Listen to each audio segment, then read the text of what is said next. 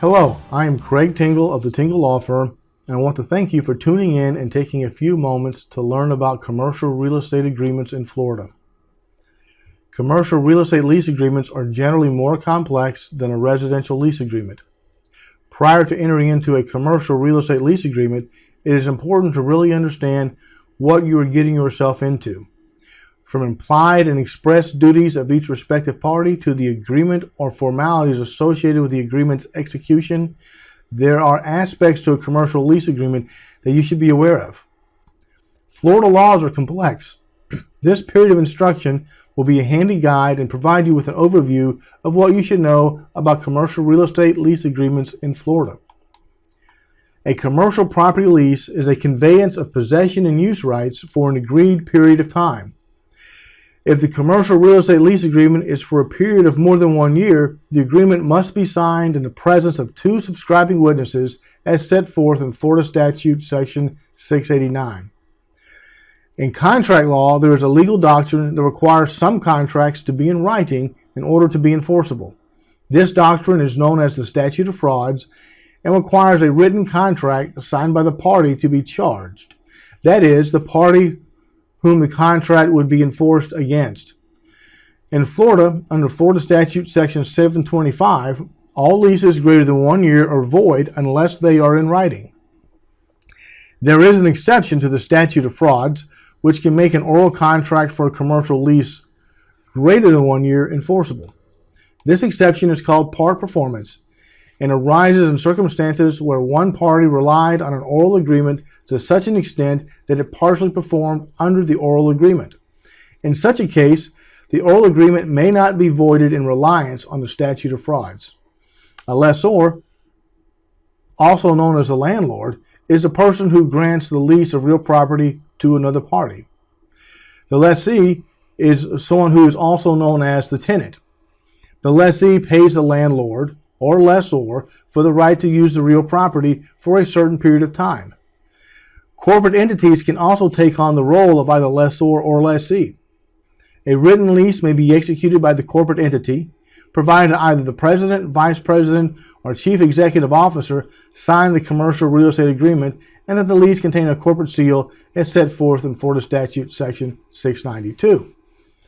The following terms should be included in a commercial real estate agreement: the party's name, a description of the subject property, the lease term, the amount of the rent payment, the language in the agreement showing a meeting of the minds that both parties intended to create a lease agreement for real property, and signatures of all the parties to the lease. Additionally, there may be supplementary terms in the lease despite the fact that they are not required by state law. Some of these additional terms may include lease use restrictions, rent modifications for leases greater than 1 year, lessee expense for specific repairs or services, indemnification clauses, subletting and assignment clauses, insurance requirements for the lessee, and it's for the lessor as well, and mediation/arbitration clauses. An exculpatory clause is also a term that comes up in commercial real estate lease agreements. The purpose of an exculpatory clause is to relieve a party from liability for an injury that occurs on the premises as a result of a negligent act. Generally, the lessor puts this clause into the lease to further insulate himself from any liability. However, an exculpatory clause will not be enforced when the injury occurred as a result of a violation of the law by the lessor. A personal guarantee is a term that is usually in commercial real estate lease agreements and is generally a provision which contains language used to attach personal liability to the person signing the lease, usually the lessee. A lessee who is a corporate entity may have a corporate officer signed and only bind the corporation, not the individual signing the lease. Often, small business owners will be required to give both a personal and a corporate guarantee. Lessee duties and obligations. One of the fundamental duties for the lessee is the duty to pay rent. The tenant also has a duty to keep the premises in considerably the same condition as the property was leased to the lessee. The tenant must also return possession of the property at the end of the lease term to the landlord unless the lease has been renewed automatically or by express agreement with the landlord. All commercial lessors and lessees are imputed by law to be sophisticated commercial parties.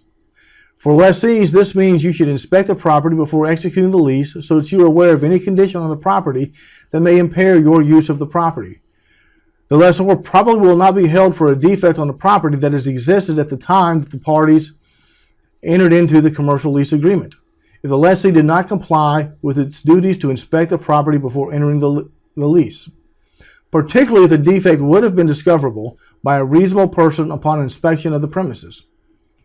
The lessor's duties and obligations. The lessor's most essential duty is to deliver possession of the property to the lessee on the date stated in the lease.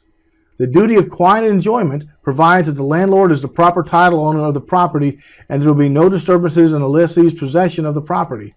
Generally, a lessor is not liable for injuries that result from the lessee's activities on the leased premises where the lessee has complete control of the premises. The common assumption is that the lessee should be aware of the danger on the premises and should make reasonable efforts to maintain the premises in a safe condition for its invitees. There are many situations where a lessor or a landlord may be liable if the cause of the injury was a law violation, a defect on the premises that existed at the time the lease was entered into, an inherent danger exists, or an improper repair by the landlord. This period of instruction is intended as a very brief discussion of commercial leases. If you have specific questions, please contact the Tingle Law Firm at Tingle & Associates PA@embarkmail.com or by calling 850-650-8138 or visit us at our website at www.tinglelawfirmdestin.com. I look forward to meeting with you.